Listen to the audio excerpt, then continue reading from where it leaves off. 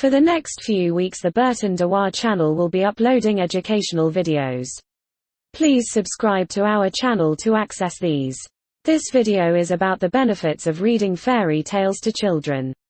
If you want your children to be intelligent, read them fairy tales. If you want them to be more intelligent, read them more fairy tales. Albert Einstein. What are children learning through fairy tales? Fairy tales help to teach children an understanding of right and wrong, not through direct teaching, but through implication. For example, let's look at the story of Goldilocks and the Three Bears. It is wrong to take things that doesn't belong to you, wrong to enter people's houses uninvited.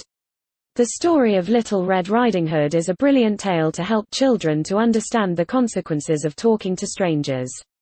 Jack and the Beanstalk promotes understanding that there are good and bad people in the world, but good always triumphs. Then let's look at how Snow White is promoting diversity.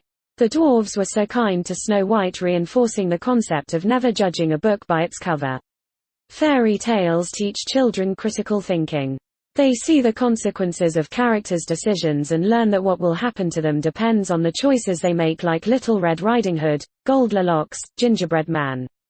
They can help children deal with emotions themselves. Not only do fairy tales prepare kids for society and making moral decisions, they teach them how to deal with conflict within themselves.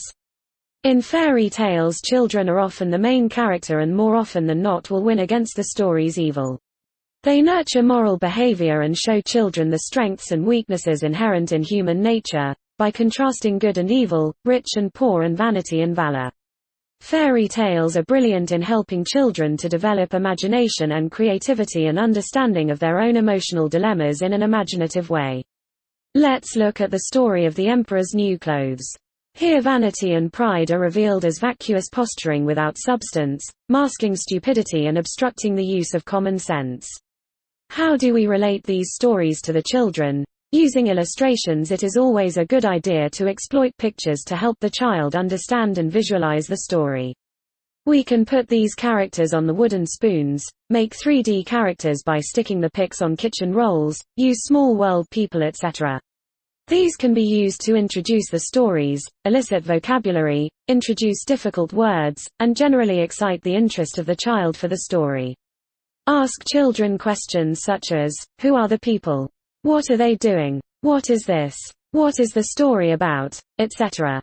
Children will be introduced to vocabulary, will be better able to understand the text, and will be more engaged in the reading task, because they want to find out if they were right.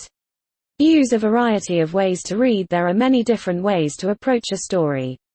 It is quite likely that younger learners will want to read, hear, or listen to the story several times, particularly animated ones. These stories can be retold, replayed during quiet times. This will help the children to equate oral and written forms, which is important for the development of reading skills. It is so important to vary the kind of reading. We can use the projector in the toddler room to listen to read a story as a whole class activity. Total physical response. Use your whole body to tell the stories.